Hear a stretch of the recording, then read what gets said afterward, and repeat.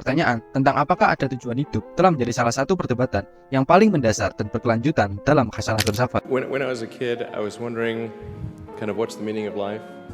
Like, why are we here? Berbagai aliran filsafat menawarkan pandangan yang berbeda tentang apakah hidup memiliki tujuan yang melekat atau apakah tujuan tersebut harus diciptakan oleh individu itu sendiri.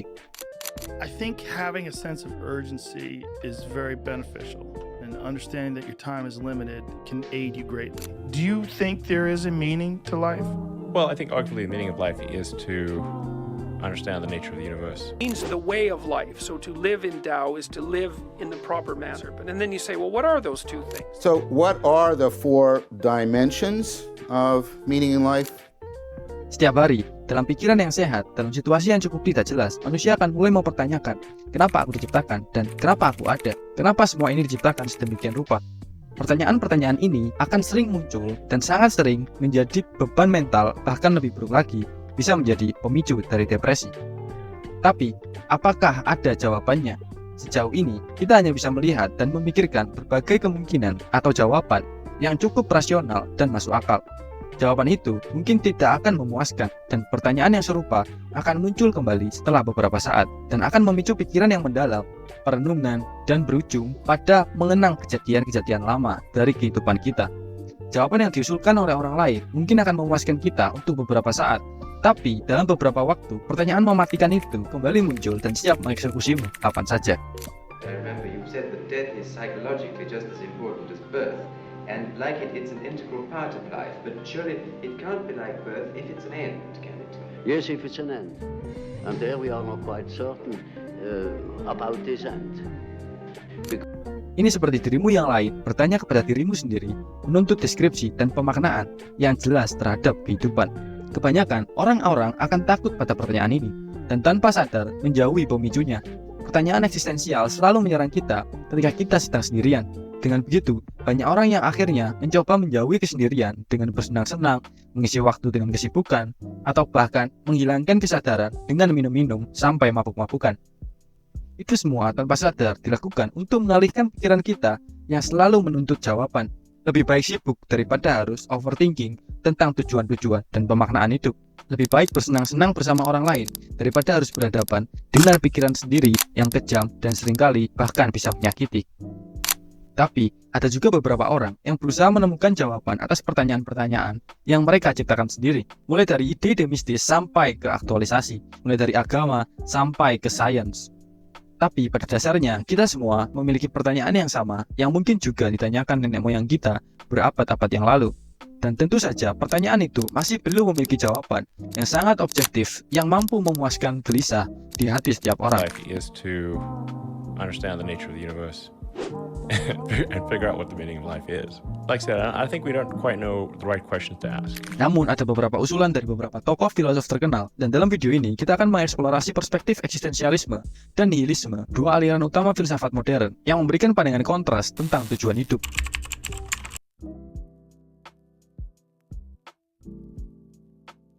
Eksistensialisme adalah aliran filsafat yang menekankan kebebasan individu dan tanggung jawab pribadi dalam menciptakan makna hidup.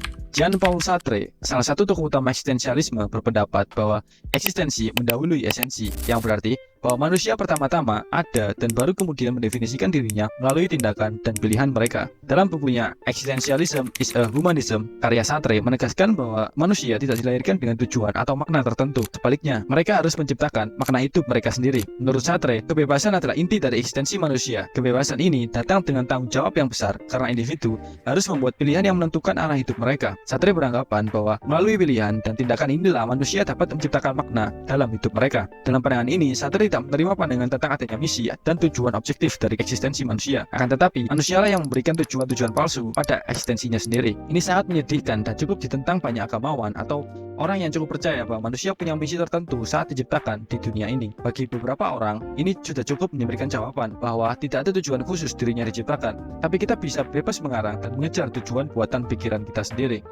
Kita tidak perlu menunggu atau bergantung pada tujuan-tujuan yang diciptakan pihak lain atas makna dari eksistensi, tapi bebas menciptakan makna pribadi kita. Tokoh eksistensialis lainnya yang bernama Albert Camus mengeksplorasi konsep absurd dalam bukunya The Myth of Sisyphus. Camus berargumen bahwa hidup adalah absurd karena ada jurang yang tidak dapat dijembatani antara keinginan manusia untuk menemukan makna dan ketidakmampuan alam semesta untuk memberikan makna tersebut. Namun, alih-alih menyerah pada keputusasaan, kamu mengajukan bahwa manusia harus menerima absurditas ini dan terus mencari makna dalam kehidupan sehari-hari. Bagi kamu, perjuangan melawan absurditas itulah yang memberikan makna pada hidup. Dalam pandangan Albert Camus, justru perjuangan kita mencari makna adalah makna itu sendiri. Jadi, perbedaan dari pandangan eksistensialisme yang diusulkan Sartre terletak pada cara menemukan pemaknaan hidup. Alih-alih menciptakan makna seperti yang Sartre usulkan, Albert Camus malah memilih untuk memberontak, sehingga pemberontakan terhadap absurdnya semesta adalah tujuan kita diciptakan. Atau dalam pemaknaan yang lebih ringkas, tujuan manusia diciptakan adalah untuk mencari tujuan kenapa dia diciptakan. Dan tentu saja, pencarian itu tidak akan pernah berakhir sampai dia mati.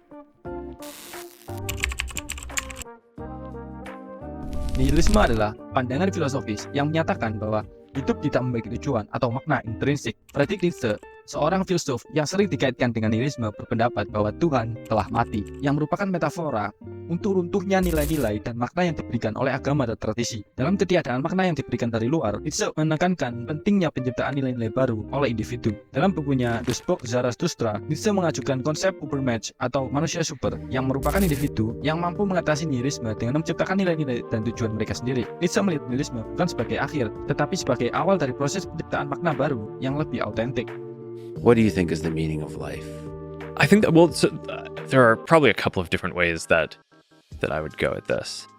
The thing that I go to first is just that human connection is the meaning. Pandangan ini juga sama dengan pandangan yang diberikan oleh Sartre, di mana kita bisa menciptakan makna dan tujuan kita sendiri. Pandangan ini juga menentang semua pandangan agama dan tradisi yang mengatakan manusia mempunyai tujuan sendiri untuk menyembah dan mengikuti perintah Tuhan. Akan tetapi, nihilisme memberikan penekanan pada tidak adanya tujuan secara khusus terhadap eksistensi manusia, dan tidak masalah jika tidak memiliki tujuan sama sekali.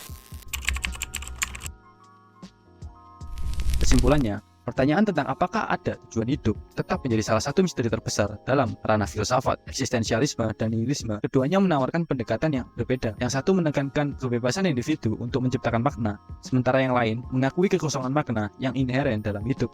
Namun, kedua pandangan ini menggarisbawahi tentang pentingnya pencarian pribadi dan tanggung jawab individu untuk menentukan tujuan hidup mereka. Dalam menghadapi ketidakpastian dan absurditas, manusia terus mencari dan menciptakan makna, membentuk narasi hidup mereka melalui pilihan dan tindakan yang mereka ambil. What's your best advice to young people who don't know what to do with their lives?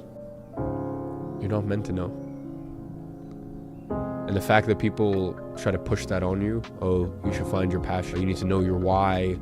The fact that there's all this pressure that you should know what the you want to do in life in your teens or even your 20s.